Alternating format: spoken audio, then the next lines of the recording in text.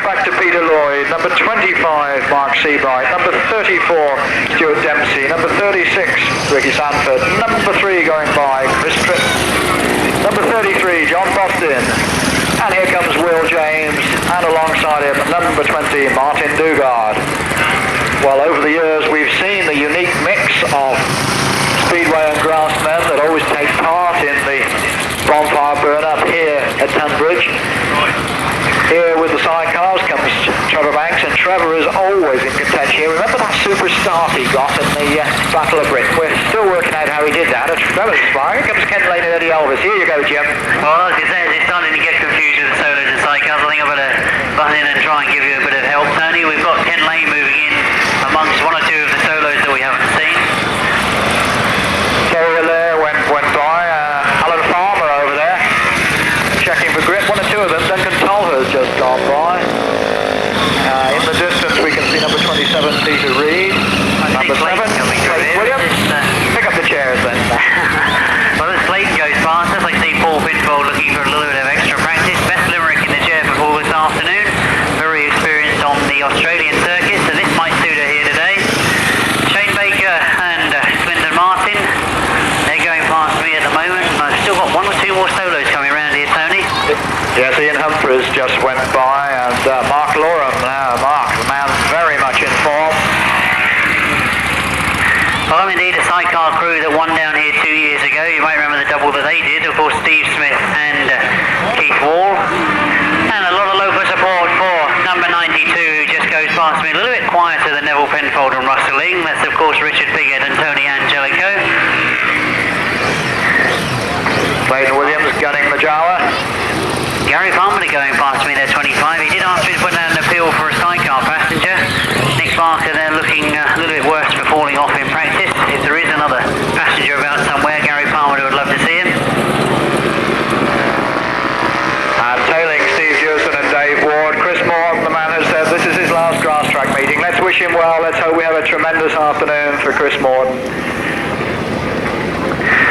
Well, we've still got a few left, Tony, by the look of it. It looks as if they did manage to get the whole field out for the parade of riders, so a chance to see them all without those crash helmets on. I do hope you've managed to pick who you think is going to be the winner of the 1990 Bonfire Burnup. Oh, a lot of people talk about it before the meeting, but it can all change on the day.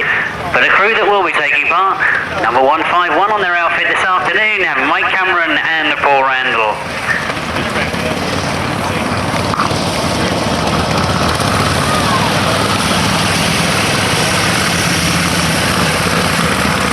No late practice that we've been told of. Indeed, the instructions this morning in the pits were there was no late practice whatsoever, so everybody had to get out there and practice in the official practice. So Tony, I think we're ready to go with race 1 of the first leg of the Bonfire Burnup 1990.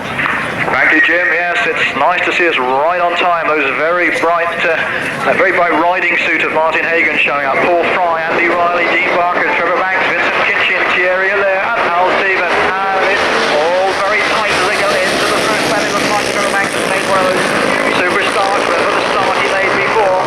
So here at the Battle of Britain. So it's Trevor Banks who leads, and Thierry Allaire is up there in contention. Martin Hagan in third place, and Martin, a beautiful tight line trouble there for Vincent Kinchin. Had a tumble in practice. That man, Trevor Banks, the man who's been so successful over the past I'm going to say few years, the past many years on the British Grasstrack scene. Martin Hagan gets through to second place. Thierry Allaire now has a battle on his hands for third. Meanwhile, Trevor Banks. Now, this is the point of the afternoon. Trevor obviously doing superb, pulling away from the opposition. Martin Hagan still in second place. Third place is Al Stevens coming up. So number 24, Al Stevens, the Oxford Speedway man, up into contention. Goes after second spot, goes through. Martin Hagan drops to third, but the leader is Trevor Banks. Comes round towards us for the last time in race 1. Here goes the checkered victory for Trevor Banks. Al Stevens second place, Martin Hagan in third. Andy Riley comes through to fourth, I think, just ahead of Terry Allaire. And Vincent Kinchin completes race distance. Meanwhile then, we're looking across to the far side for the second solo race of the afternoon. And here we've got Clayton Williams, Peter Lloyd, Peter Reid, Chris Morton, Rob Fortune, Chris Tritton, Martin Dugard, and Ricky Sanford coming in as number 36 in place of Peter Carr.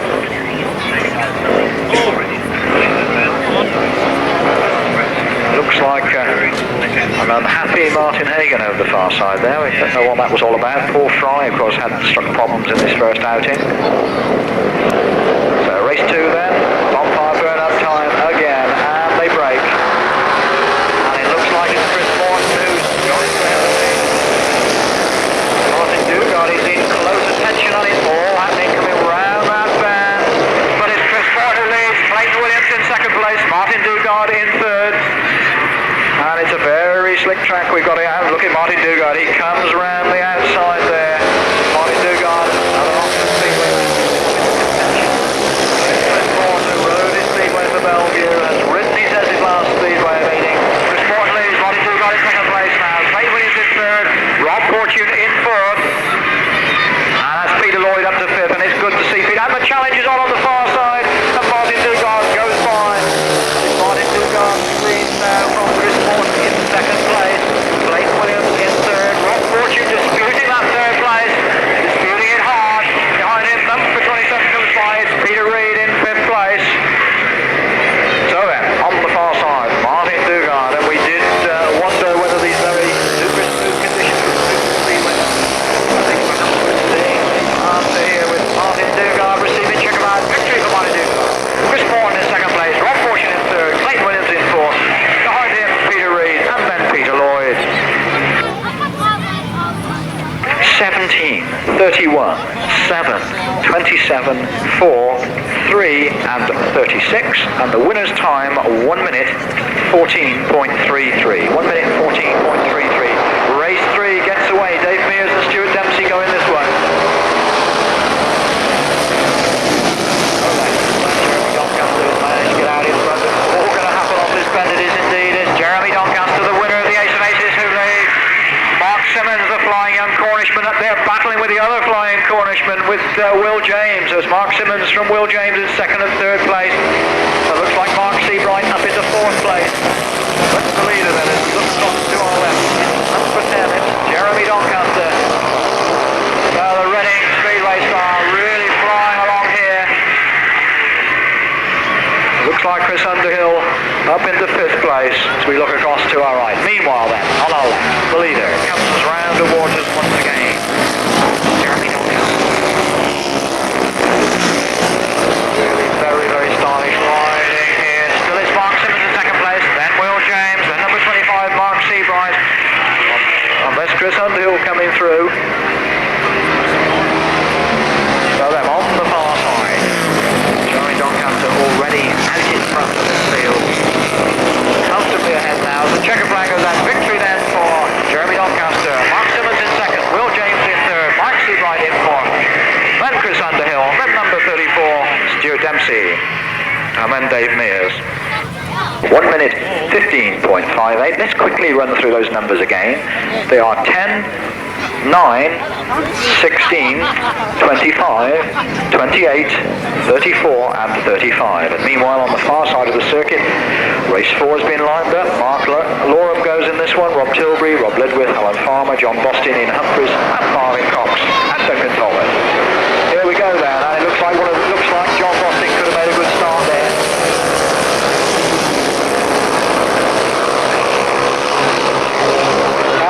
Loram has got through, and about Loram then leading from John Bostin now in second place, but Marvin Cox moves beautifully through.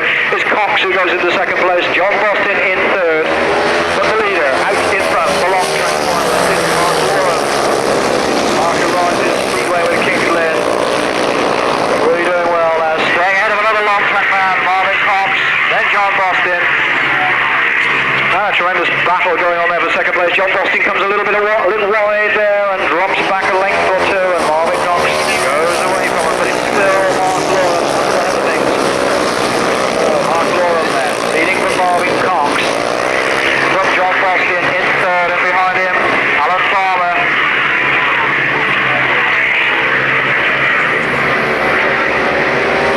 Well, certainly we're going to see some very fast times here this afternoon, I think, on this track. Mark Loram comes round towards us again.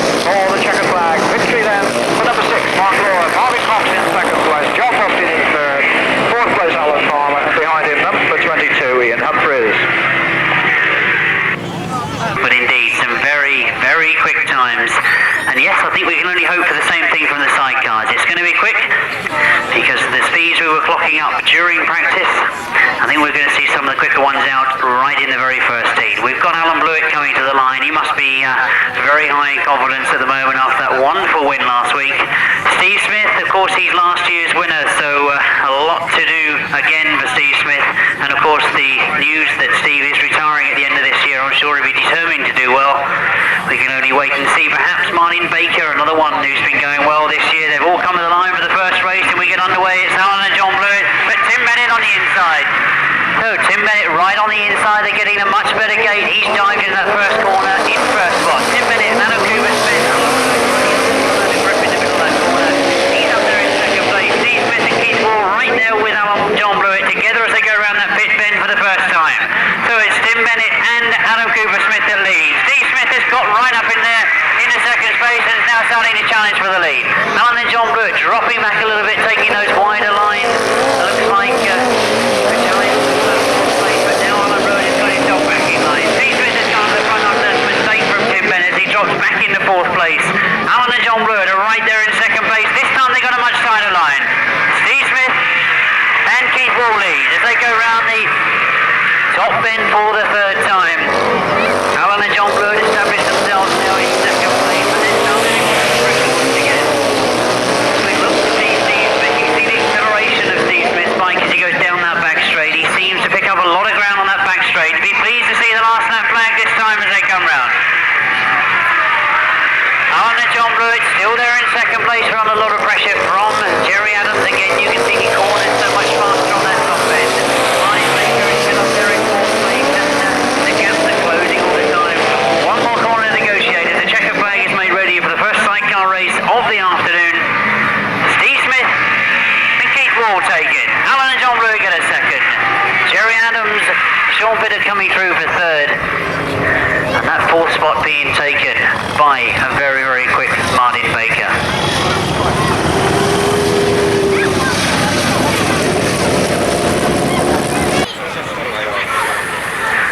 Well, we had a good collection of top outfits together in race one. Look at the lineup we've got for race two in the sidecar event. Right on that inside gate, which proved to be a very good gate for Tim Bennett in the first race. Nevill Penfold, another local man that's been scoring well in the national events this year. He's right on the inside. Next to him, Steve Dewison. Grid 3, right in the middle there, you can see local favourite Mike Cameron and Paul Randall. On the outside, going towards the outside, rustling Roger Measor and Pete Colvin. The tapes go up and we get underway with the second sidecar race of the afternoon. It looks to be Mike Cameron that's had the better game, but Roger Measor's right up there as well. So as they go round that first bend, it's Mike Cameron on the inside, Roger Measor's on the outside, rustling on the inside of those two. Oh, indeed, they all slow down as they go into that second bend, because you can see we've got both Steve Dewison and Dave Ward still on the circuit, so the other five outfits slowing down and making their way back to the start. Of course, it's going to be a rerun, moving around behind the start line, and we should indeed be underway in a very few moments. Still a very strong lineup in race 6.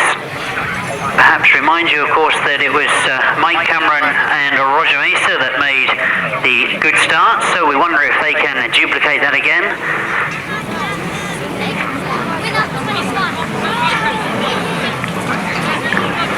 And indeed, the full complement being made up by Gary Palmer coming into line. Looks to me like Gary Palmer on the inside there.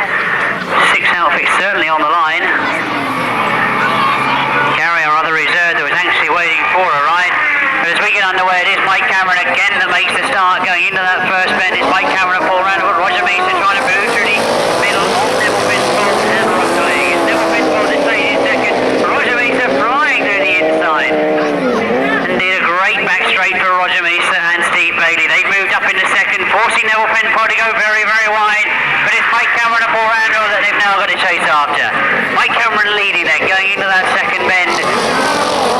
Rustling, riding out for third place with Nevill Penfold. It looks like Rustling has just got the advantage going down that back straight.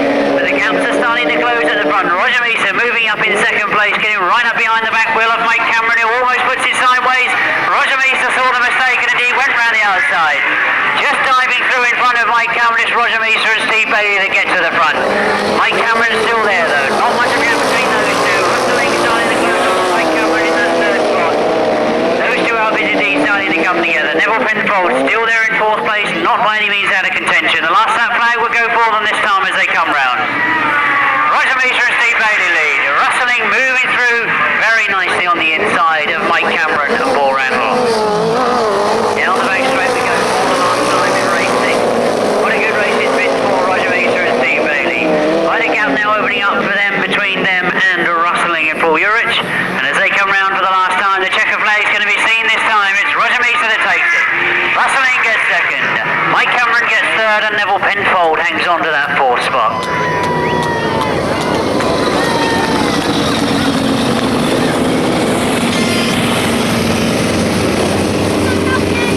1:51, 21, 99 and 25. The winning time 1:34.17.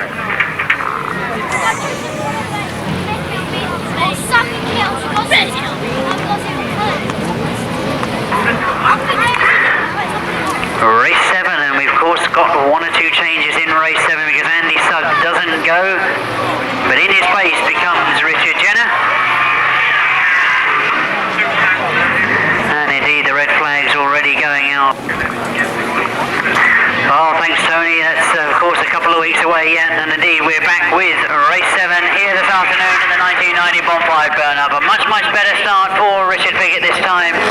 Indeed, he just gets taken going into that first bend. It's probably Morton as they go from him, but Richard Piggott right on the back wheel of Rob Wilson as they go into the pit bend for the first time. Paul Pinfold going through into third place, looking very forceful, but Rob Wilson it is that's still got the lead. Richard Piggott still there in second, Paul Pinfold and Bethlehem Rick still there in third place, so as those three outfits start to come together. Three outfits together as they go around that top bend. This time it looks as if Richard Piggott's got a much better line going down that back straight. Looks for the opening on the outside, trying to show his front wheel to Rob Wilson, hoping he'll make a mistake and go a little bit wide.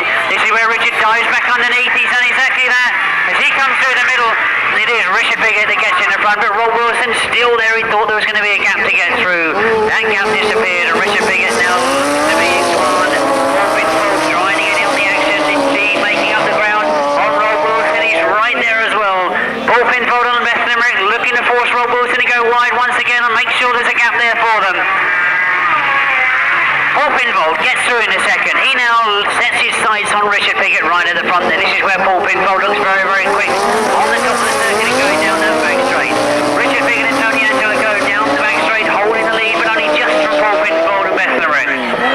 Paul tries the outside line, so it's a checker flag this time as they come round, and a mistake there from Richard Piggott. It's going to be close to the line. Well, indeed, that was very close. A great ride there from Paul Pinfold and Bethlehem Rick. We wondered if these conditions would suit them.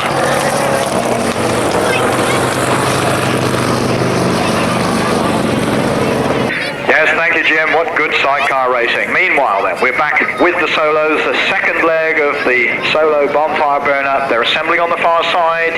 Trevor Banks goes for his second win of the afternoon. Let's see if that super starting is there with him this afternoon.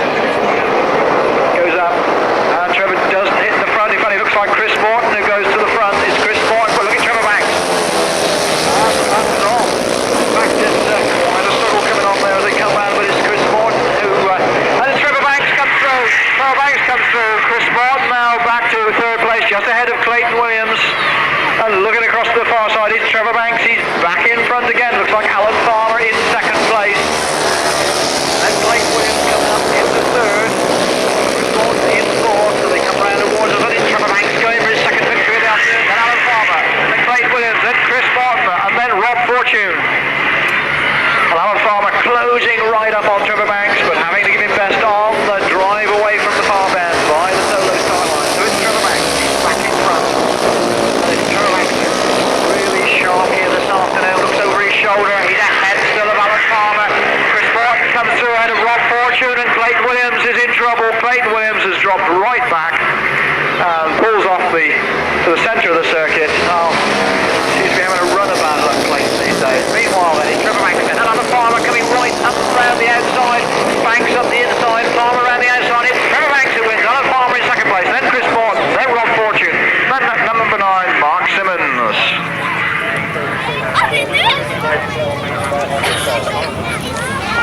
Number 31, Rob Fortune. In 5th place, number 9, Mark Simmons. In 6th place, number 29, Rob Ledwith. And in 7th place, the only other finisher, number 21, Rob Tilbury.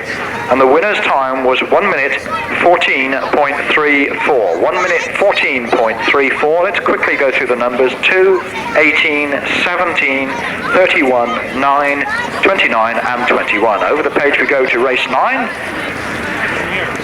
Ricky Sanford, number 36, going in place of Peter Carr. Duncan Tolhurst, Vince Kinchin, Paul Fry, who retired from his first outing, Al Stevens, who had a second in his first outing, Mark Loram, who had a win, Will James and Peter Reid. They're away. Stevens going well, so Oxford Speedway very well represented here this afternoon. Here we go then. Break again, and it's Vincent Kinchin making another good start. Trying to come round the inside and down he goes. He just touched, I think it was Will James, has picked them up as they come round again. The leader is Vincent Kinchin then, Mark Loram in second place, and we have a red flag. We have a red flag up this end.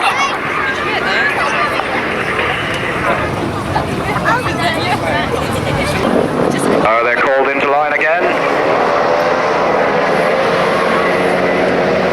Lots of revs, lots of smoke, the gate goes up, they are away.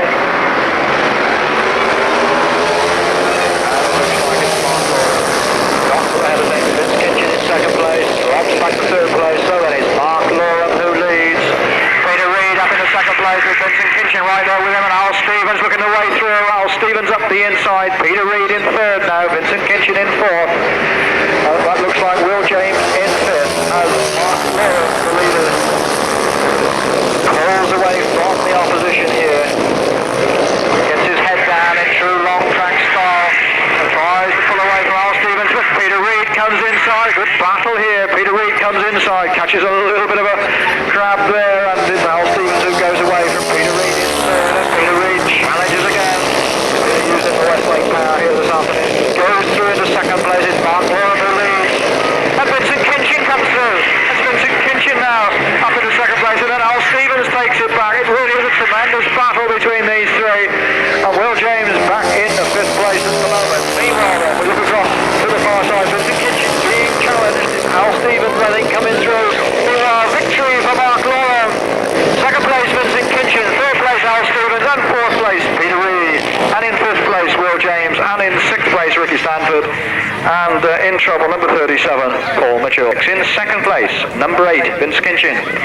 In third place, number 24, Al Stevens. In fourth place, number 27, Peter Reid. In fifth place, number 16, Will James. In sixth place, number 36, Ricky Sanford.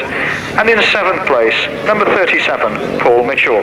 The winner's time again, 1 minute 14.16. Let's run through those numbers. They are 6, 8, 24, 27, 16, 36 and 37, and they go for race 10.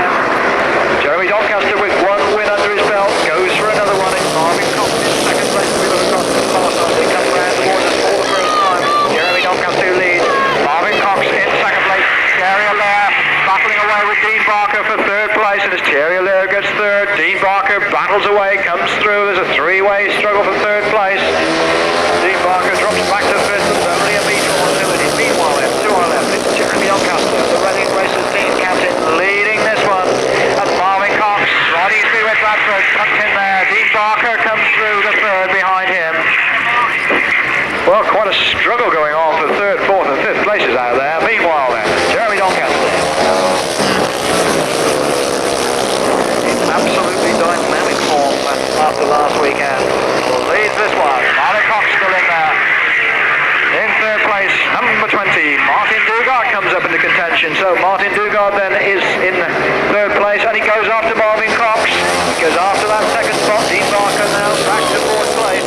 Meanwhile then, it's Jeremy Doncaster out on his own as they go for the checkered flag. It's Jeremy Doncaster wins. Marvin Cox in second place. Martin Dugard in third. Dean Barker in fourth. And in fifth place, Thierry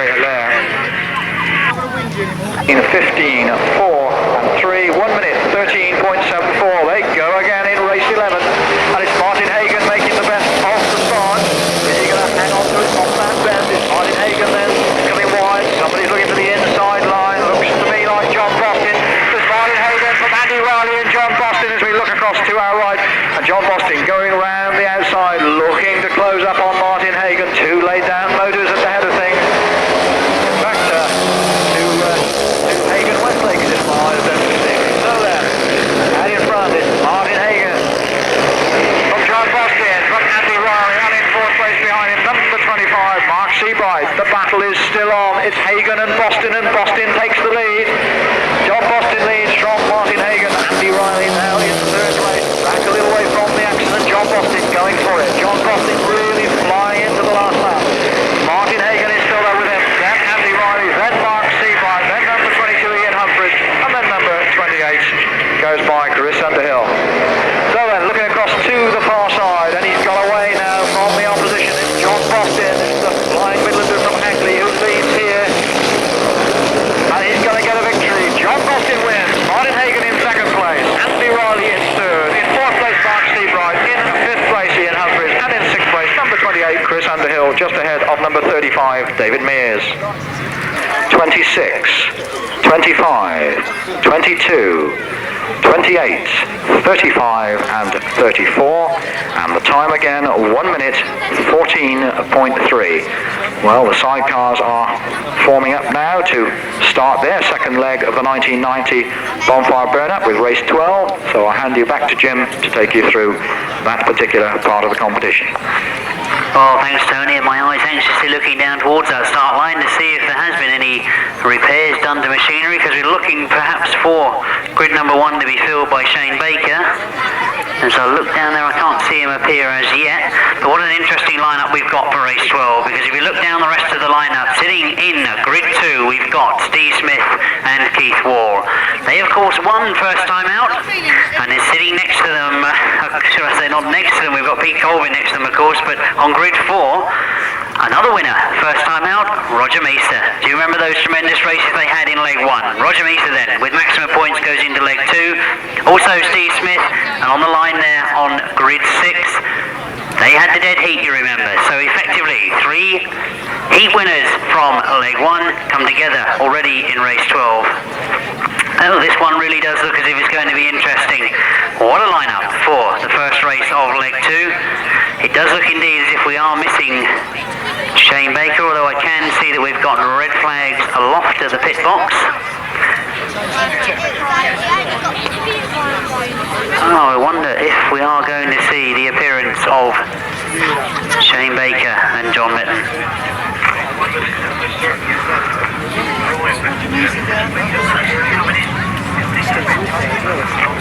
Well, there seems to be a lot of frantic activity down at the back of the pit box.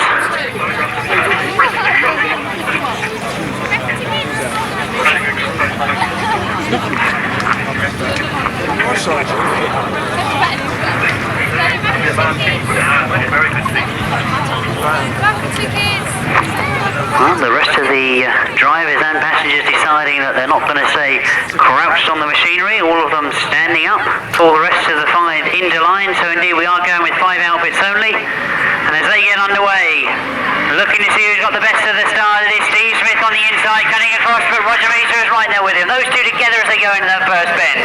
Steve Smith on the inside, Roger Measor is right there in second place though. This starts to close up for third, fourth and fifth. You can see Richard Piggott is right back there into fourth place. But look at the front, we've got Steve Smith and Keith Wall leading. Roger Measor and Steve Bailey still there in second place, looking perhaps to go for the outside line. Slightly faster line, of course, on the outside, but you've got to have much more distance to travel. The gap beginning to show now as Steve Smith really does look as if he's got the best line around this circuit this afternoon. Richard Piggott and Tony Angelico back there in fourth place still at the moment, but always closing those gaps. All 4 outfits starting to come together on that pit bend. Pete Colvin being forced to go wide. Looks as if there's now starting to be a gap for Richard Piggott to look for. This time Roger Measor tending to follow Steve Smith around that top bend, looking for the same line. He looks a lot faster coming out of that top bend. As they go into the pit bend, this is where Roger Measor started to get faster in his first heat. Indeed, he's starting to close the gap on Steve Smith. Steve Smith holding a brilliant line on that pit bend though, making it hard work for Roger Measor to try and get round him. Pete Colvin still just about managing to hold off Richard Piggott and Tony Angelico. Again, we look to the front because in those front 2, we see a change in third place. We're also seeing a change at the front because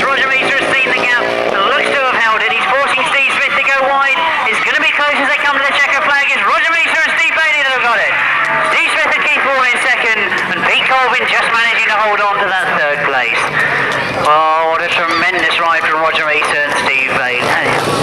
They lined Steve Smith up beautifully there and found the gap.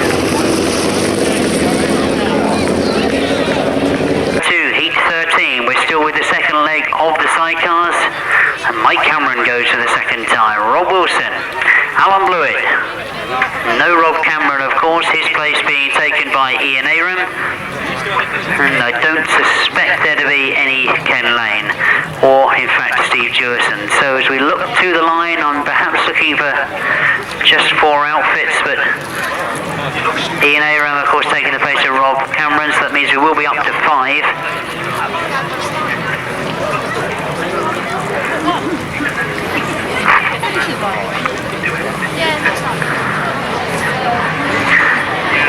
So as we look to race 13, Mike Cameron obviously anxious to get some good points in this one. He had a third first time out. Alan and John Blewitt second first time out, so they'll be looking, of course, to score well as well. Gary Palmer, the other outfit, that's come out on the start line, but it's those three that are together at the front. Alan and John Blewitt, Mike Cameron, Paul Ranson, and Rob Wilson, Vince Jones. Those are the leading three. A battle for that 4th place between Ian Aram and Gary Palmer. But as we look to the front, it's Alan and John Blewitt that have got the best of it at the moment. Very, very close to them is Mike Cameron and Robbie Wilson. Again, those 3 outfits come together on that top bend. Coming out of that bend. Seems to be an awful lot of drive coming out of that top bend. Heading down that back straight to set yourself up for this very long bit bend. Alan and John Blewitt, you remember, full of confidence from last week.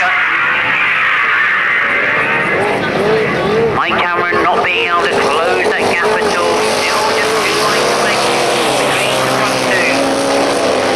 Rob Wilson and Vince Jones working very hard back there in 3rd place. Only needs one of these outfits to make a slight mistake, and the advantage will be given to the following crew. Last that flag goes for them in race 13. Rob Wilson this time getting close to Mike Cameron up there in 2nd place.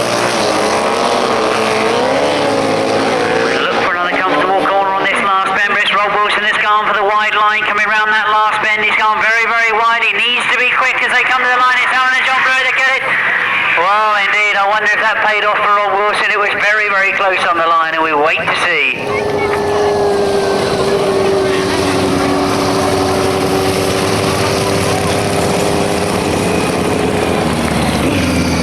24, 151, 22 and 25. The winning time again, 1:33.53. Already the outfits have come to the line for race 14. It should be a full complement. We've got on the inside rustling. The replacement for Andy Sugg, of course, is Richard Jenner. He makes a very good start, but right on the outside again making a good start is Tim Bennett. Oh, Tim really does look to be able to get out of the pit. Indeed, out of that start, going very, very good. Still locked in on that first bend. It's rustling and Paul Uric should have got away. 5 outfits coming together in that back straight, as you can see, for that 2nd, 3rd, 4th and 5th place. It really is going to be a battle. Martin Baker is the one that's gone wide. Richard Jenner's in there. Paul Pinfold right on the inside has made the best of it though. He now gets up in the 2nd, but Nevill Pinfold not giving up easily. Nevill Pinfold together with Pinfold there in 2nd and 3rd place. Rustling and Paul Uric still lead. Martin Baker making up the ground in 4th place as well. You can see the yellow leathers of Martin Baker moving through. He looks to go around the outside of Nevill Pinfold. Oh, we wondered if the conditions were going to suit the speedway style outfit of Paul Pinfold and Best Limerick. Indeed, at the moment they look very, very quick, but they've got some work to do to try and catch Russell and Paul Uric. The last that flag goes for them as they come around is outfit number 6, remember, Rustling and Paul Uric. Paul Pinfold is still there in 2nd place, but there's still a battle going on for that 3rd place. Nevill Pinfold, he's in the green and blue leathers. Marty Baker and John Bit just in front of them, just holding on to that 3rd place. That one's going to be close to the line. But as we look to come round for the result of race 14, it is going to be a win for Rustling and Paul Uric. Paul Pinfold and Beth Limerick gets 2nd. Martin Baker gets that 3rd place. Nevill Pinfold 4th. Oh, indeed, a tremendous race there, but a good result for Rustling and Paul Uric.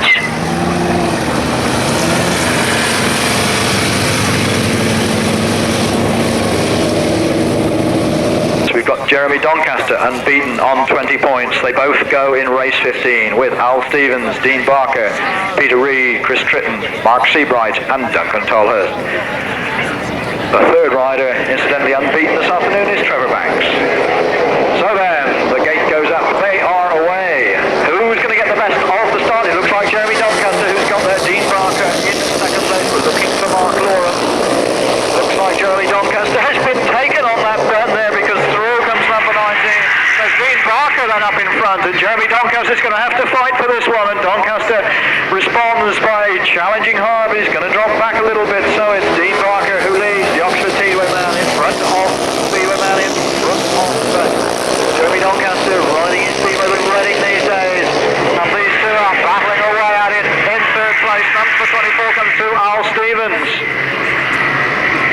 Well, we were looking for Mark Loram to play a bigger part in this race than he has so far. He's got a lot of work to do. Meanwhile, then, to our left, Jeremy Doncaster has got all the chasing to do, but he's done it. He's got up in front. It's Doncaster who leads now. Dean Barker back to second. And coming through into third place, Peter Reid having a good day here this afternoon. So then, he's got it under control again. Jeremy Doncaster then.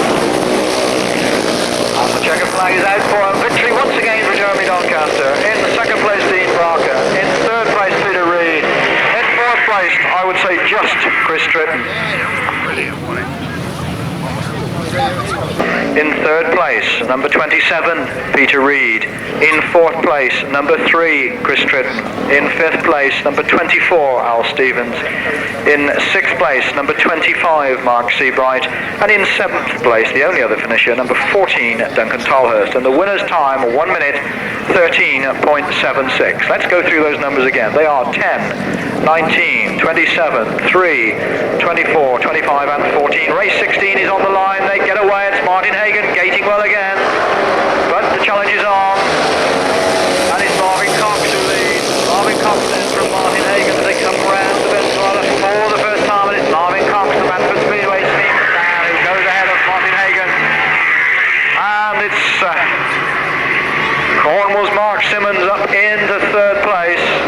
Fight the area there just behind him. Meanwhile, Marvin Cox is a tremendous year. Well placed in the long track. Well placed in the Masters. Leading here, Martin Hagan, second place in the Masters. Then Mark Simmons on in third place, the area there. And we got Paul Mitchell out in this one, one of the reserves. Meanwhile, then it's Marvin Cox. Has to rise his speedway, as I said, with Bradford, or has done this year. Stay ahead of Martin Hagan, then Mark Simmons, then the area there, then number 21, Rob Tilbury, and then number 37, Paul Mitchell. So Marvin Cox then out in front, the first three pretty well spaced now.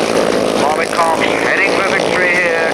Number 11 it is, Marvin Cox who wins, Martin Hagan in second place, in third place Mark Simmons, in fourth place Jerry Allaire, and in fifth place number 21 Rob Tilbury.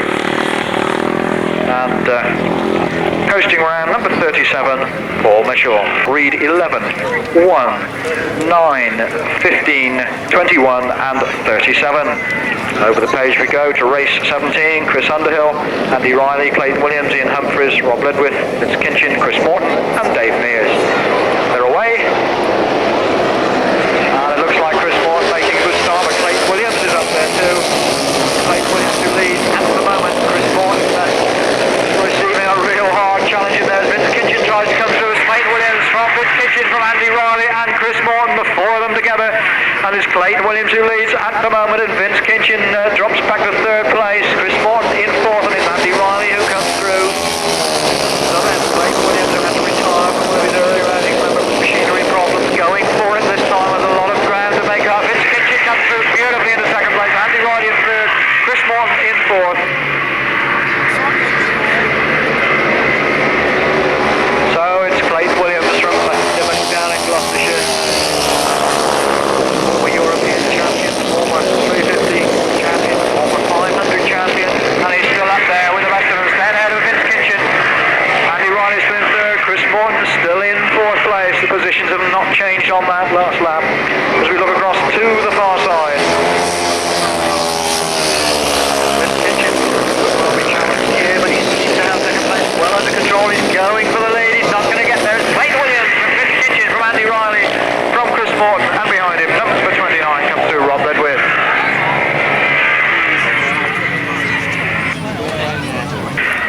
Stuart Dempsey, John Bostin, Rob Fortune, and of course no Peter Carr in his place because, well, that's interesting.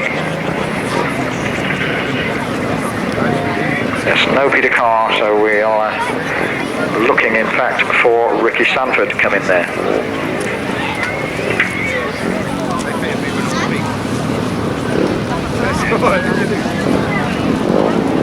So they come to the line on the far side.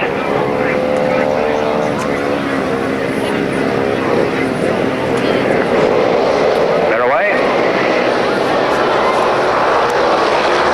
And John Bostin making a good start. Trevor sitting in third place at the moment, but Dugard, it looks as though has got there. He has indeed. Number 20 it is. Martin Dugard who leads. Trevor gets up into second place. Will James up to third. Rob Fortune has a little bit of a moment and drops back to fifth place there on the far side. Then it's Trevor Banks really pulling a wheelie as he goes after the leader. Martin Dugard who's in there at the moment leading this one. Trevor Banks finding a couple of bumps off that there, but hanging on in second place. Will James in third. In fourth place is John Bostin now, and Rob Fortune trying to come up and join in the action. So on the far side then, Martin Dugard it is, number 20. Speedway, I've mentioned it before, started in on the ground. So it's Martin Dugard who leads. Trevor Banks closing right up on it. Then Will James. So number 33, John Bostin. Then Rob Fortune. Then Peter Lloyd. Now then Stuart Dempsey coming through. So on the far side, it's still Martin Dugard then with the advantage. A tremendous battle on for third place. So to our left, Martin Dugard receives a checker back. Good streak for Martin Dugard. Trevor Banks in second. In third place, John Bostin. In fourth place, Will James. In fifth place, Rob Fortune. And behind him, Peter Lloyd. And then, whoops, we've got a collision between two of the reserves, 34 and 36. Ricky Sanford and Stuart Dempsey here right on the finish line. Nicely poised competition here for qualifying points. Oh, thanks Tony. Indeed, the solo competition certainly hotting up, and if we look at the scores after 2 rounds in the sidecar competition, which of course we now move into, the only unbeaten person so far is Roger Measor and Steve Bailey. They're on 14 points. 3 outfits together, that's the outfit of Steve Smith, Alan Blewitt and Russell Lean together on 12. But we get underway with race 20, and it is the outfit of Steve Smith and Keith Wall that get into the front there going into that first bend. 4 outfits only going in race 20. My apologies, race 19 of course. And as you look as we go around that pit bend for the first time in race 19, it looks fairly comfortable for Steve Smith and Keith Wall at the moment. Pete Colvin and Gary Pease are up there in second place. Our 2 reserve riders in, that's Gary Palmer in third spot at the moment. And as I say that, you can see there's problems for Gary Palmer as he puts his hands in the air and falls into the centre of the circuit, on the top part of the circuit. So Ian Aram and Ian Rowan move into third place. Steve Smith and Keith Wall then looking to score good points out of this one. They still lead as they come round. You can see they've gone very, very wide on that top corner. Pete Colvin and Gary P is still there comfortably in second place. Again, looking to perhaps pick up some good points from this ride. Oh, indeed, I'm looking at the entry for race 19, and I was hoping to see Paul Pinfold that appeal for clutch plate has obviously not been fulfilled, so we do hope that there's going to be able to see Paul Pinfold and Ben Livery perhaps in their last ride. It looks as if they haven't been able to make this one. And chance for us to perhaps see why Steve Smith and Keith Wall were last year's winners of the Burnup meeting. The checker flag goes for them once again. Pete Colvin and Gary Pease get second place, and Ian Aram and Ian Rowan get third spot.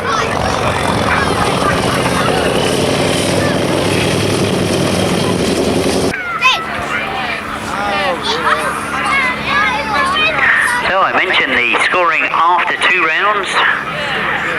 Steve Smith increasing his position on making sure of a place in that big final. He now moves on to 17 points after 3 rides. I wish I could add up. Marcus has quickly corrected me. Of course, 12 and 7 makes 19, not 17. But, looking for the other point scorers, 3 of them come together in race 20. On grid 1, with the second place and the first place, comes Alan and John Blewitt. Jerry Adams sits on grid 2. But on grid 3, the man who's had 2 wins so far, Roger Measor. 10 minutes, sits on grid 4. Grid 6, right on the outside, is Rustling and Paul Urich. They, of course, also have had a 2nd place and a 1st place. So this one promises to be good. And if we look across there, I can see that outfit number 39, Shane Baker and John Mitten have actually made the start for race 20, so some very quick repairs put into action there on the outfit of Shane Baker. Great to see that he's come out for race 20. A lot to do for Shane Baker and John Mitten. 2 more rides only that they've got to score points in.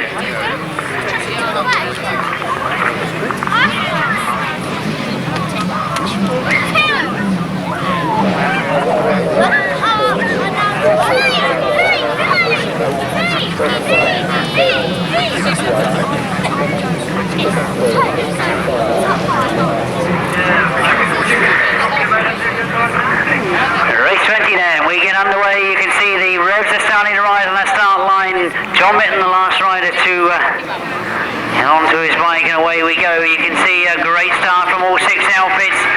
Alan and John Blewitt it is that have made the break going into that first corner. 10 minutes up there as well, making another good start. And here's Roger Measor and Steve Bailey on the inside of them. They have to concede that 2nd place, and Rustling and Paul Urich have gone right the way around the outside of them. Rustling and Paul Urich moving up on the outside. You can see now Roger Measor put back into 5th place with 4 outfits together. Alan and John Blewitt lead. 10 minutes, still in there in 2nd place, but Rustling now comes through around the outside of him. It's Rustling and Paul Urich in those very distinctive blue and pink leathers there in 2nd place. 10 minutes causing problems for Roger Measor on that top corner. Roger Measor now looking for the outside line to come round Tim Bennett. Those 2 go together into that pit bend, but you can see the gaps are closing at the front as well, because Alan and John Blewitt lead, but only just from Rustling and Paul Urich. Very, very close at the front. As now you can see that Roger Measor has got into 3rd place just in front of Tim Bennett. We look perhaps to the front where we see all the action is, because it's got very, very close between Alan and John Blewitt, the leader, and Rustling and Paul Urich. And look at that 3rd spot, because Roger Measor is already closing that gap. Last that flag goes as these 3 outfits almost come together as they come past me. The advantage still just with Alan Blewitt. Roger Measor closing up on that 2nd spot of Rustling, and this time he goes through to take it to the gap there that Roger Measor has seen. It's forced Rustling on. He now looks for the gap on Alan Blewitt. These 3 outfits almost together on the pit bend. 1 more minute to negotiate, and it looks like Alan Blewitt might hold on to it as they come to the line. Roger Measor has gone for the inside. Alan Blewitt gets it. Rustling gets 2nd. Roger Measor gets 3rd. We're a tremendous sidecar race between those 3 crews. Tim Bennett involved also in the early laps, so when we got to the 3rd and 4th lap, it was between those front 3. As we look to race 21, this one also promises to be good, because we've got a lot of riders around the same sort of level on point scoring. If you look at race 21, Mike Cameron has had 2 3rd places. Martin Baker has had a 4th and a 3rd. Nevill Penfold, 2 4ths. Richard Piggott, an equal 1st and a 4th. So a lot to happen in this race. We get underway. It is Richard Jenner that dives into the front as they go into that first corner. Richard Jenner to the front, but Nevill Penfold has now come through. Mike Cameron moving up through as well, and Richard Piggott a great exit from that top bend. They've moved into 2nd place, just getting in front of Mike Cameron. Still Nevill Penfold at the front though. Nevill Penfold leads from Richard Piggott and Tony Angelico. Mike Cameron and Paul Randall are there as well. Martin Baker and John Mitten up there in 4th place. Robbie Wilson back there in the 6th place at the moment. Looking perhaps to make his way through. But 5 very, very quick outfits at the moment as it starts to get close at the front. Nevill Penfold must know that Richard Piggott's there. He's been forced into making an error. Richard Piggott and Tony Angelico move through now in front of Nevill Penfold. Richard Jenner, he joins the circuit once again. Last that flag being made ready for them is Richard Piggott and Tony Angelico look to be in that top scoring position. Nevill Penfold still there in 2nd place. Mike Cameron still there in 3rd, but under a lot of pressure on the inside from Rob Wilson, on the outside from Martin Baker. Well, it's not over until we've seen this checker play, because those outfits still getting very, very close in that 3rd, 4th and 5th place. Mike Cameron must know that he's got pressure on both the outside and the inside. Richard Piggott takes it. Nevill Penfold gets 2nd, and it's going to be close to the line. Well, indeed, it looked to me like Martin Baker had just got through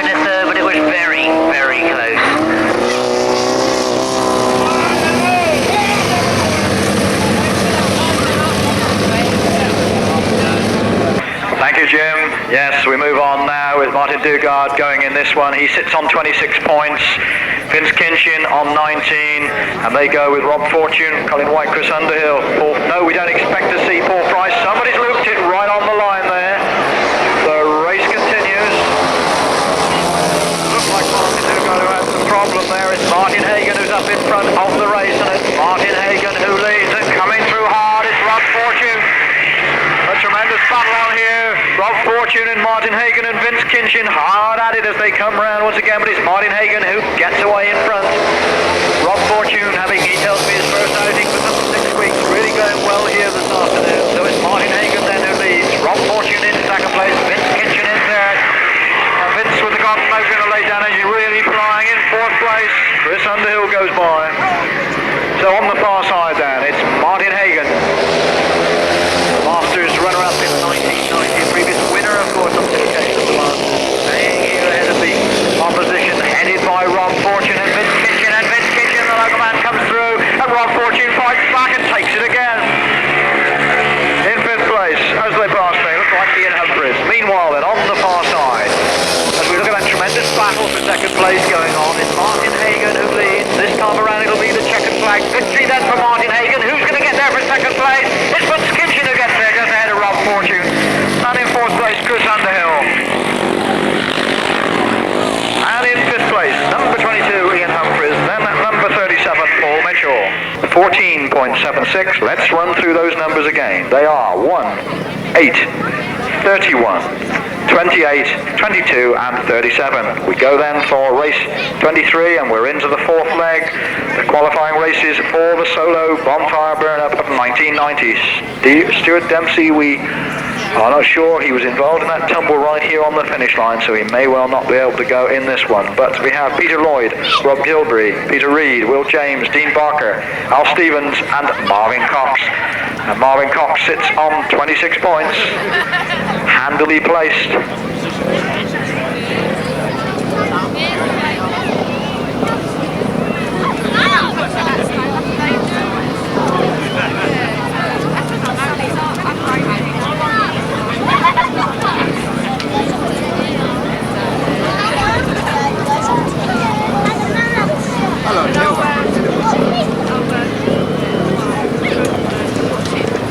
Marvin Cox circles round on the far side, ease in the clutch whilst the rest of the competitors are brought into line. There's a reluctant motor over there. Still hasn't fired up.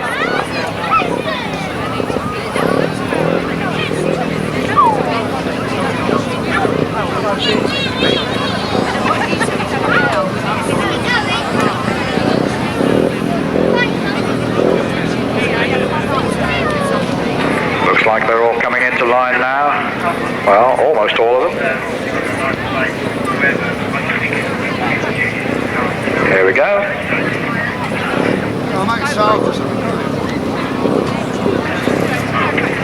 Dean Barker pulls back a little bit, and then comes into line. You'll have noticed the plastic pipe behind the starts to avoid having rolling starts here. They're all away. We have a clean start.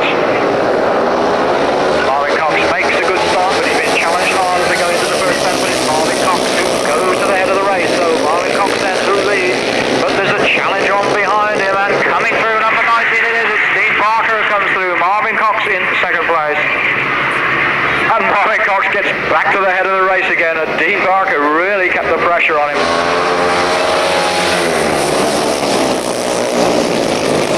So it's Dean Barker then keeping the pressure on the leader. That leader is Marvin Cox, up into third place.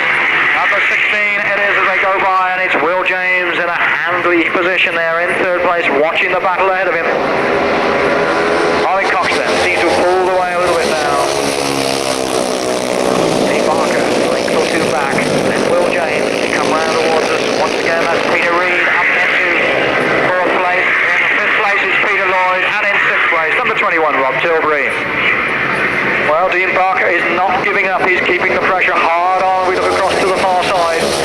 Closing round that far bend under the grandstand as the checkered flag comes out. It's Marvin Cox in front. And Barker in trouble. Barker in trouble. Marvin Cox wins. Barker in real trouble. Will James in second. Peter Reid in third. In fourth place, Peter Lloyd. And Dean Barker crosses the line to finish. Real tragedy there, we couldn't see. Is it a chain? The numbers are 11, 16, 27, 4, 21 and 19.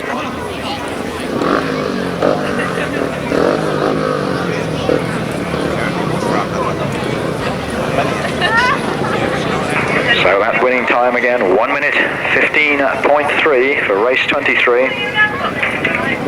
Race 24 coming up. We're still with the solos, of course, with Dave Mears, Chris Tritton, John Bostin, Ricky Sanford, Mark Seabright, Duncan Tolhurst, Mark Loram, who we missed last time out, he didn't come out, and Chris Morton.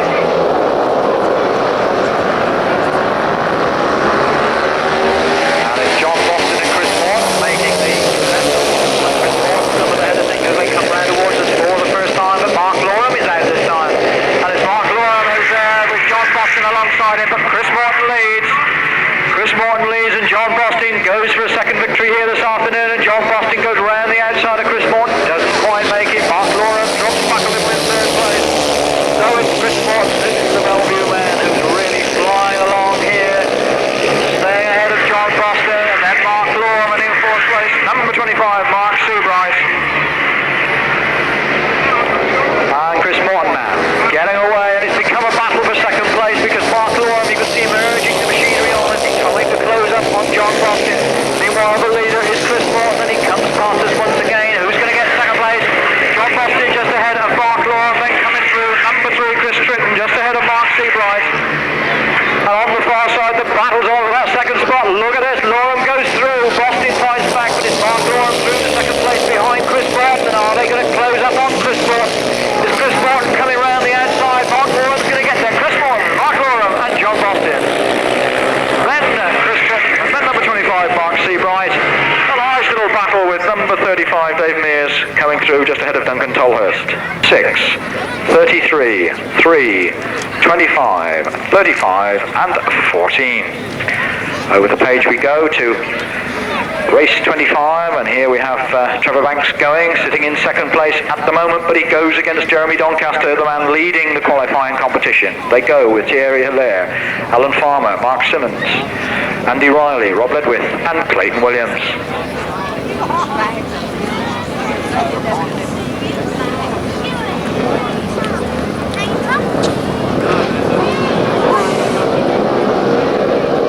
Well, is it going to be Doncaster? Is Trevor Banks going to turn the tables? Banks makes a good start, but all head together for the first bend. Banks on the outside. And looks like Jeremy Doncaster coming through. It is indeed. It's Jeremy Doncaster, a magnificent overtaking over there. Trevor Banks in second place. In the third place is Thierry Hilaire. So the Frenchman who lives and rides his speedway in the UK up into third place, and he's being challenged by Clayton Williams there. The leader, it's Jeremy Doncaster out to make it yet another victory here this afternoon. It's Trevor Banks in second place, and it's Clayton Williams desperately in need of points who comes through to third. Thierry Hilaire in fourth place. Looks like Andy Riley tucked in behind him. Meanwhile then, looking across to the far side, Jeremy Doncaster flowing along there, out in front. And Clayton Williams really going after Trevor Banks. He needs to make up points for after not finishing in one race. So it's Jeremy Doncaster from Trevor Banks, from Clayton Williams, from Thierry Hilaire, from Andy Riley, and Clayton Williams looks for that second spot. He doesn't quite get there. He'll go after it again on this bend, I'm sure. And it's the checkered flag this time around, and it's Jeremy Doncaster who's going to get there first. Jeremy Doncaster goes through it. Trevor Banks in second place. Clayton Williams is there. Then Thierry Hilaire just ahead of Andy Riley, and then Mark Simmons. In fifth place, number 26, Andy Riley. In sixth place, number 9, Mark Simmons. And in seventh place, number 29, Rob Ledwith. And the winner's time, 1 minute 14.9. 1 minute 14.9. Let's quickly run through those numbers again. They are 10, 2, 7, 15, 26, 9 and 29. And back to Jim for the sidecar fourth leg of the Bonfire Burnup. Oh, thanks Tony. I'll leave you to sort out all the points of who goes in which final in the solo event, but we've got all that to decide also in the sidecar event as we get underway with the start of leg 4. Great to see that Paul Pinfold looks to have his clutch problem sorted out. He's certainly out there. So a lot to do. The points in the sidecar event have got very, very close. We've only got 2 outfits on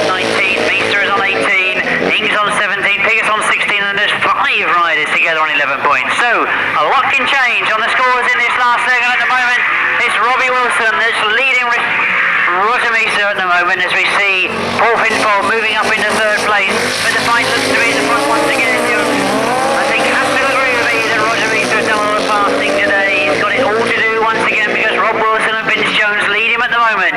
Measor and Steve Bailey are there in second place though, and trying once again to force Rob Wilson into a mistake. Rob Wilson holding an excellent tight line going into that top bend, not moving an inch. Vince Jones fighting every inch of the way. Roger moves to the outside. This time it looks like trying to force a gap around the outside, but he's followed him into that pit bend. We're wondering whether perhaps the problems Rob Wilson had earlier on might have been that he's now sorted out the gearing, but you can see that Roger has followed him now for 3 laps. This time he looks for the outside line. So perhaps he's going to get that speed going around the outside, and the hands in the air for Rob Wilson. What a great shame for Rob Wilson as he slows down going down that back straight in the east. Now the Pinfold moves around the outside of him as well. So Pinfold and Bennett moving up in the second as the checker flag comes out once again this afternoon for Measor and Steve Bailey. Pinfold and Bennett getting third spot. Oh, my apologies there, of course, second spot. It was, of course, the unfortunate Rob Wilson that came across the line in third. Richard Jenner gets fourth place and Ian Aram finishing in fifth. Second place, number 11, Pinfold and Bethlehem. In third place, outfit number 24, that's Rob Wilson and Vince Jones. Fourth place, number 87, Richard Jenner, and fifth place, number 22, Ian Aram. The winning time 132.18 by number only, 51, 11, 24, 87, 22, and the winning time 132.18. So we look at race 27. Again, we look and see people that have got to score well in this last ride. Moving straight into the lead as they go into that first bend is an outfit that has scored well this afternoon, looking to make sure of a place in the final. It is Rustling and Collier. So straight down that back straight, but there's going to be a fight on for that second, third and fourth, I feel sure. Jerry Adams has scored very well, he holds second. Martin Baker also scoring reasonably well in third at the moment. Nevill Penfold is in there in fourth place, being forced very, very wide by all 3 outfits coming around the corner together.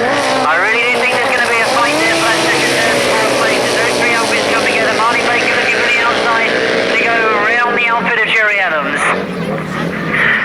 Martin Baker then just getting himself in a second, but he's gone very, very wide once again. I'm sure Nevill Penfold and Jerry Adams are going to be looking to come through on the inside of him. Rustling and Paul Urich getting away from those 3. There's a lot of changing going on for that second, third and fourth. If you look at the outfit of Martin Baker and John Mitton, you can see that Martin Baker likes to get down just as low as John Mitton. He gets an awful lot of steering power and a lot of drive. Holding it much, much tighter this time. The last that flag goes, it's Rustling and Paul Urich who really have been scoring very well. Jerry Adams and Nevill Penfold getting together as they come around that top bend. Looking to find the gaps is Nevill Penfold. He looks to have found one as he goes down that back straight. He now moves into third. But the checker flag is starting to be put out for Rustling and Paul Urich. They take it. Martin Baker and John Mitton get second. Nevill Penfold gets third spot there, and Tony Miles followed home in fourth place by Jerry Adams and Sean Piggott. Oh, we mentioned the interval. That's the chance to quickly get yourself something to eat and drink if that is what you're looking for. That's right at the bottom of the page there. It'll only be about 10 minutes because obviously the daylight fades very quickly this time of year, and we do want to see those 4 big finals in absolute daylight. We've got one more qualifying ride to go. That's race 28 for the Sidecars.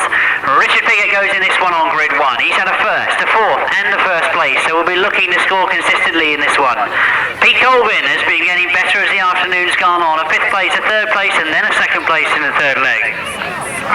Shane Baker has come to the line. I'm sure Shane will just be looking to make sure that all his mechanical problems are behind him.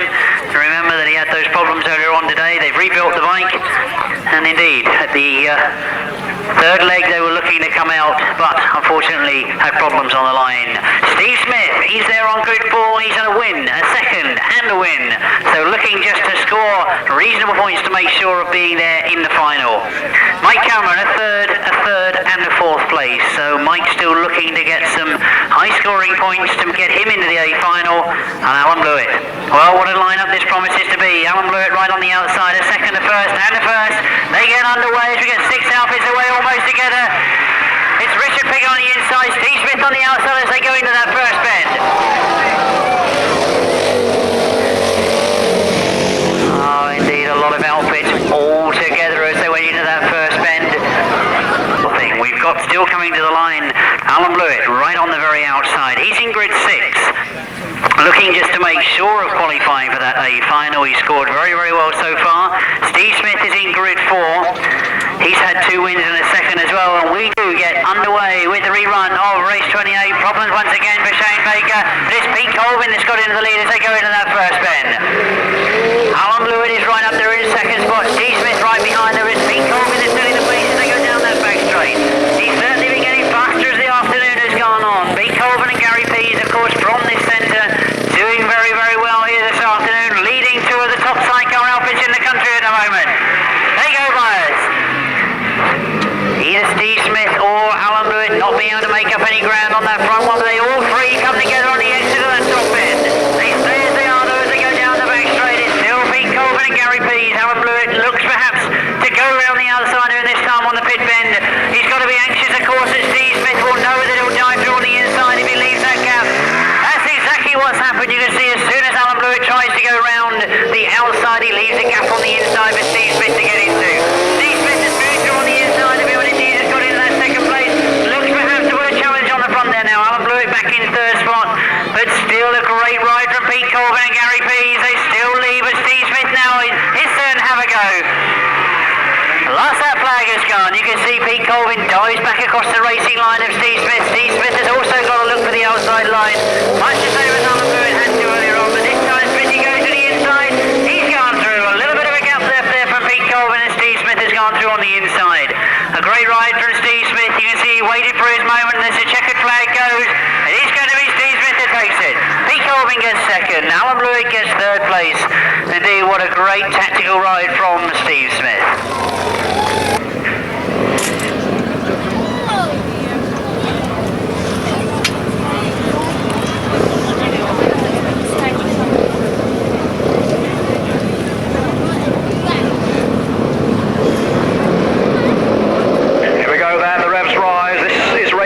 The B final of the Bonfire Burnup. The revs drop again.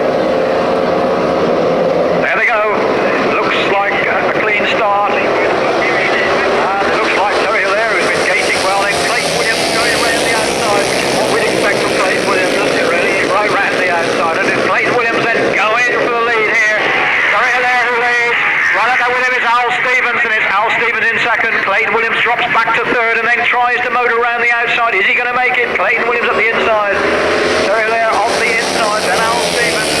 And Clayton comes round the outside again, the long, long way round. And it's Clayton Williams who gets in front. Terry there in second place, Al Stevens in third, and Andy Riley in fourth, and Rob Fortune right alongside him. And it's Clayton Williams desperately hanging on to his lead here. And look at Al Stevens closing right up on Terry there. So Clayton Williams, and it's 6 laps, remember, for these finals. 6 laps for the finals, remember. And Clayton Williams goes on. Terry there in behind him, then Al Stevens, then Rob Fortune, then Andy Riley.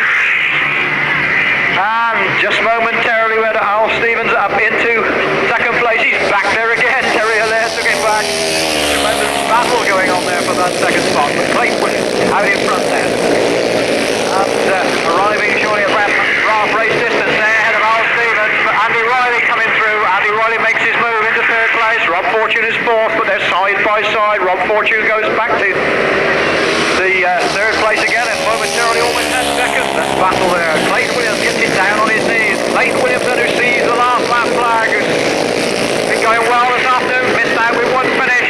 Still Al Stevens in second, Rob Fortune in third, Dean Barker in fifth, Andy Riley in sixth, and there's anybody's race for second, third and fourth places. Meanwhile then, it's Clayton Williams looking anxiously backwards, gets it down on his knee again as he comes round the checkered flag. Clayton Williams then going to take the B final, pulling away from the field. Clayton Williams it is who gets there. Al Stevens gets second, Dean Barker, Andy Riley very, very close together, and Rob Fortune just tucked in behind him, and then Peter Reid. 56.49. Let's run through those numbers again. They are 7, 24, 26, 19, 31, 27, 15, 9, 25, 28. Over to you, Jim. Thanks, Tony, because we're already on the way with the B-final of the sidecars. A full lineup of very, very quick sidecar crews going in the B-final. Nevill Penfold in there in second place. 10 minutes made yet another electric start. You can see already Nevill Penfold has come through.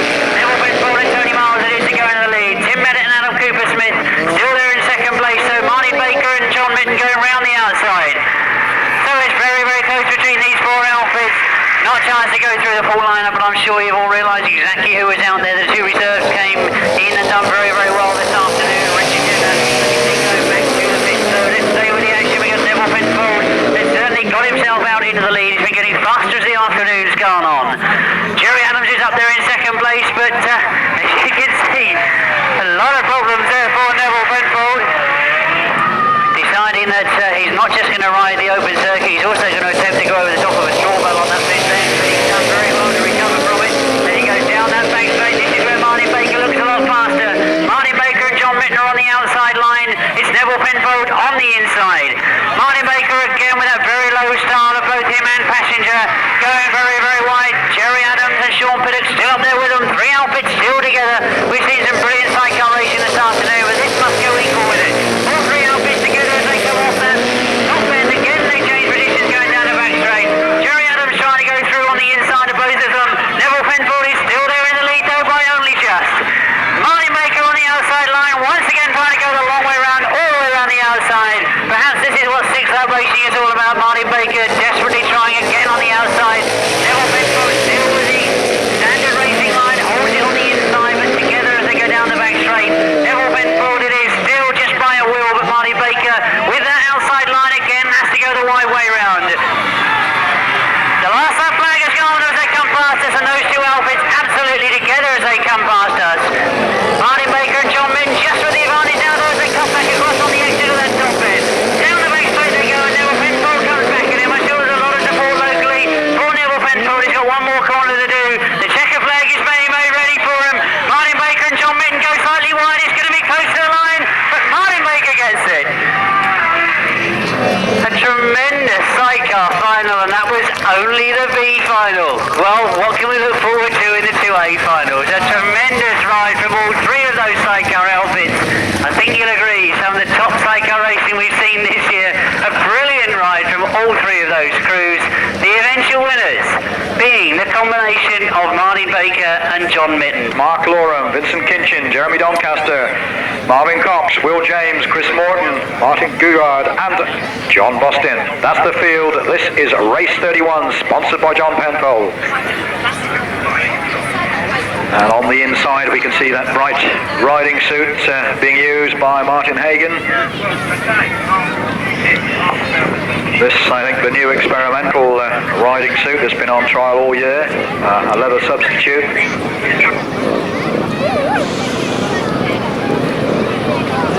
Here they go then.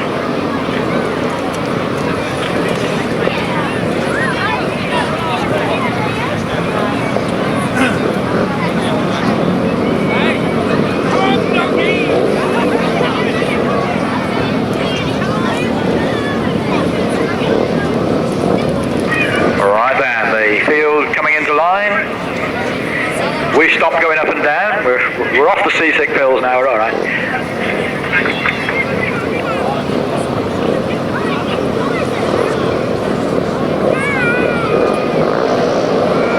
we go then. The gate goes up. It's a clean start. It's Hagen up the inside.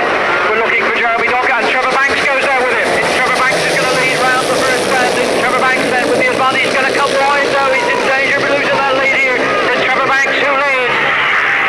Loram in second, it's Marvin Cox in third, it's Martin Hagen in fourth as they go round that far bend. We're looking for Jeremy Doncaster. Meanwhile, it's Trevor Banks from Mark Loram on the far side. Marvin Cox in third. Where is Jeremy Doncaster? He's got a lot of work to do. There's 6 laps to go. And it's Mark Loram looking to come through. Mark Loram comes out. Trevor Banks side by side. And Jeremy Doncaster working his way through, but he's got an awful lot to do. Meanwhile, it's Trevor Banks and Mark Loram. Mark Loram was in front. Trevor Banks is taking it back again. 6 laps to go. Remember, it's going to be not only about speed, it's going to be about stamina. Loram comes through. It's Mark Loram who leads.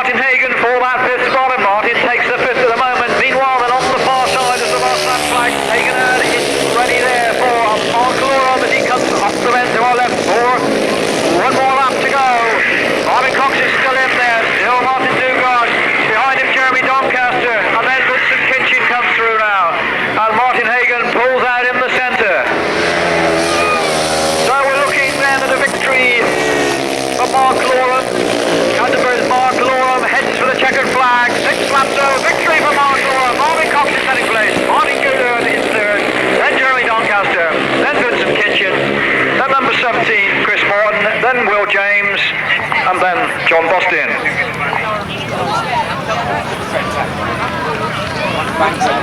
Well, I'm sure they'll be coming round and no chance to give them a wave and a cheer. You'll see them at the presentation, of course. 17, 16 and 33. Time again, 1 minute, 54.81.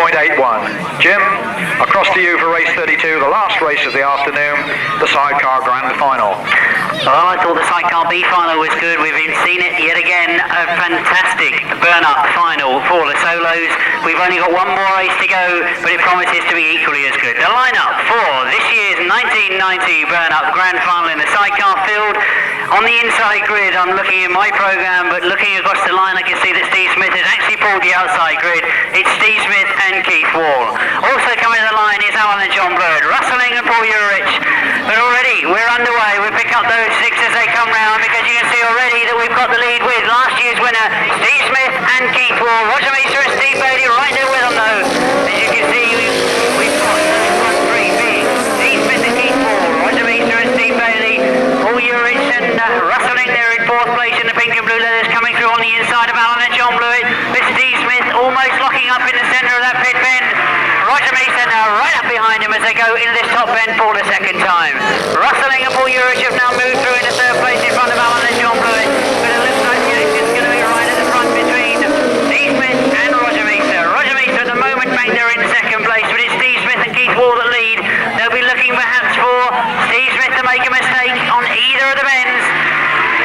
A little bit of an error there from Roger Measor, but he's managed to recover from it well. He goes in very, very quickly into that top bend, gets extremely close through Steve Smith as they get round the middle of that top bend. Down the back straight is Steve Smith and Tim Wall. I'm even putting his father on there. It's Keith Wall, of course, that's leading at the moment. Roger Measor gets very, very close once again on that pit bend. They start to go wide. Oh, there's certainly some very determined riding from both of those Sidecar crews at the front. Rustling and Paul Urich still there in third place, watching what's happening in front of them, knowing that any mistakes are nearly through. And Roger Measor dives through a gap that almost wasn't there and just overcooks the bend. Steve Smith comes back underneath him, pulls it very, very tight on the exit of the bend. Steve Smith back in front. Roger Measor still up there though. He's right on that back wheeler once again. This time he's still following around that top bend and down the back straight. They get closer again. Remember where Roger Measor saw the hole last time? This was on the entrance to that pit bend. This time it's not going to be there. I feel sure that Steve Smith will have closed that gap. Roger Measor knows that. He's gone wide on the entrance to the bend. Tries to cut back in on the exit, coming through. Very, very close once again as they come past us. A change in positions as Paul Pinfold now gets in on the action. He's come through into third place, and Paul Pinfold recovering well from the back of the field, coming through into third.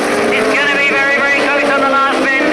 Steve Smith is still there in first place with Keith Wall. They still hold it, but Roger Measor going around the outside, locks it almost sideways.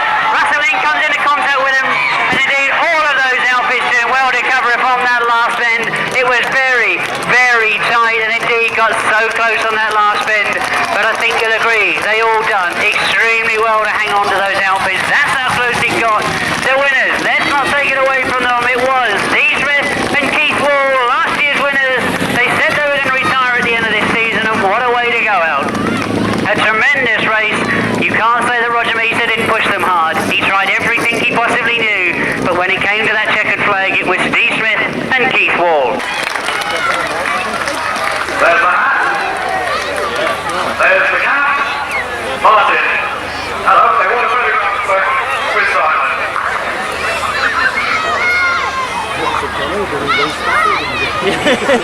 I tell you what, you've got to have the envelope for the checks in there as well. Martin, super to see you. We did get into a discussion in the PA van about how much grass riding you've done before. We don't see it too often. Have you done much? Well, my first Grasstrack was here 3 years ago. We'll get today for 7 Grasstrack. So, part of last year was a bit different. So this is what definitely very well. Obviously learning well, we're getting down to third place. Yeah, it was quite a good day. 4 races qualified. I think they saved me up to have a bad night. So hopefully everything will be alright. We'll be looking at it.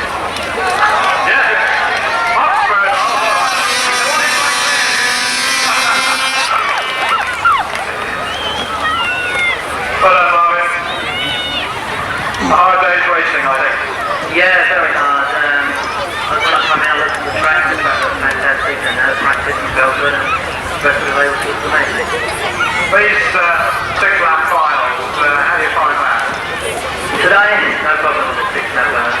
Last year I never rode, well, 6 weeks finish, and late in the final, so this last minute my last match, and the 6-lap final last year was a killer, but today, kept going.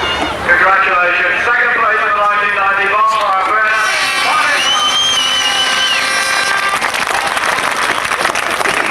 All photographs?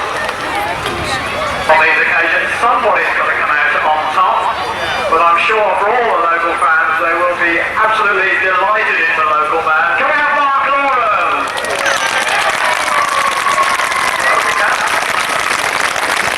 There we go. Well done, Mark.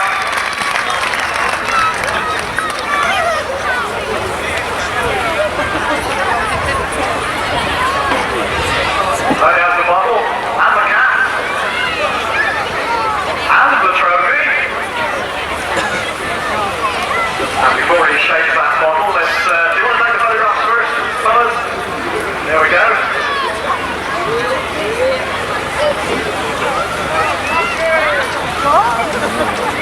Yeah, it's a ring, pull back together, man, apart.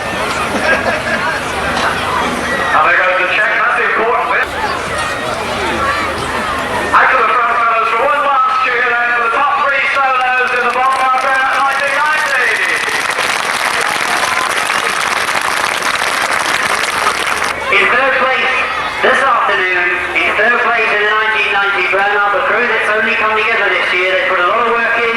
It is, of course, Marvin and Collier. Later!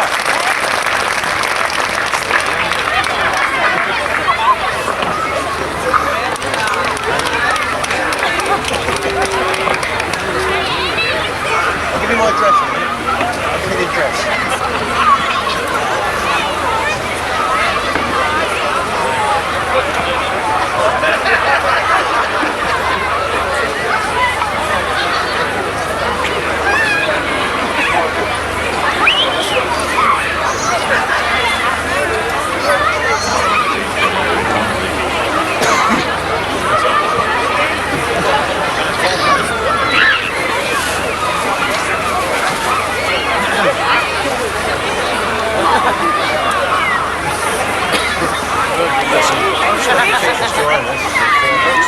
Yeah.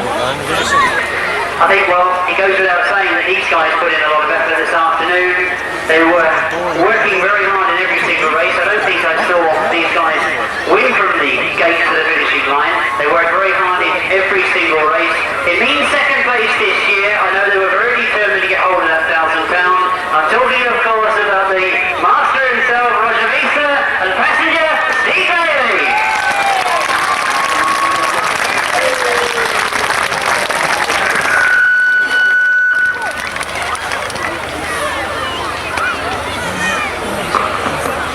Well, there had to be one, didn't there? No, I'm not going to mention it, Alan. I'm not going to mention it. I don't upset that crow by saying too much. Always.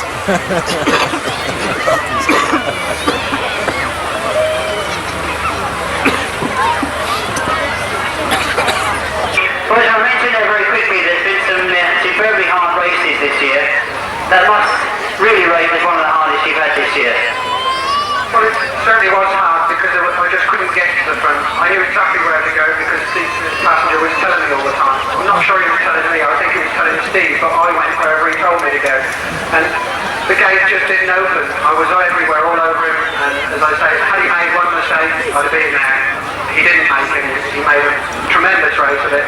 He didn't make any mistakes, and he deserves to win. Well, I totally agree with you, Roger. That was an absolutely brilliant coming up of that final. You know, you really to say to the guy that's standing next to you now, Steve, did you think there was going to be a gap? Troy for it, definitely.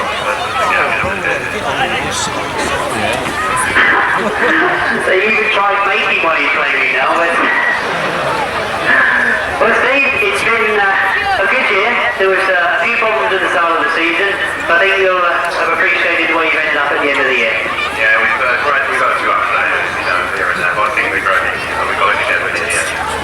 Well, indeed, I agree with that. It means that we move on to the winner of the 1990 Bonfire Burnup Sidecar competition. Well, what can I say about this crew? The bad news is that they still maintain that they're giving up at the end of this year. The good news is that I think Keith has been persuaded to come back next year. Who with, I don't know.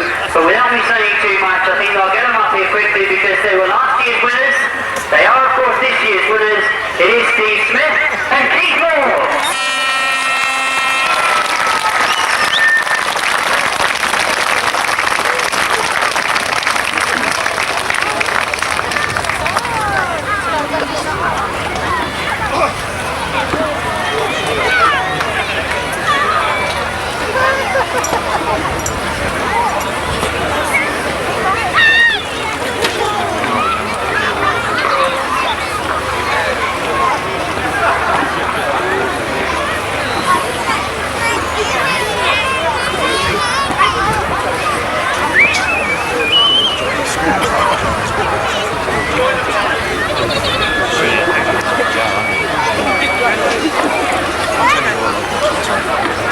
Yeah, you're right, isn't it?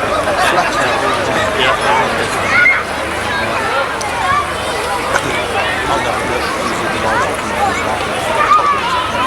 No, you can't do that.